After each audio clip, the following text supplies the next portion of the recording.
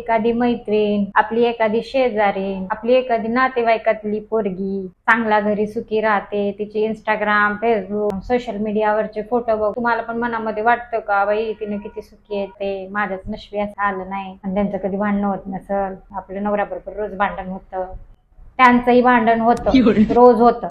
Social मीडियावरती photo काढण्याच्या 5-10 मिनिटांमध्ये 4 वेळा भांडलेलं असतं त्यांनी. ढेरीमध्ये घ्या, नीट अवतार करा, तू नीटच थांब, माझ्या बरोबरच फोटो काढताना बरं तुमचं तोंड नीट नाही हो. सगळ्या गोष्टी त्यांच्या घरी घडत असतात. या जगामध्ये ना आपला नवरा सोडून सगळ्यांचे नवरे चांगले असतात असं आपल्याला वाटतं, आणि नवऱ्यांनाही तेच वाटत असतं की आपली बायको सोडून सगळ्यांच्या बायका चांगल्या.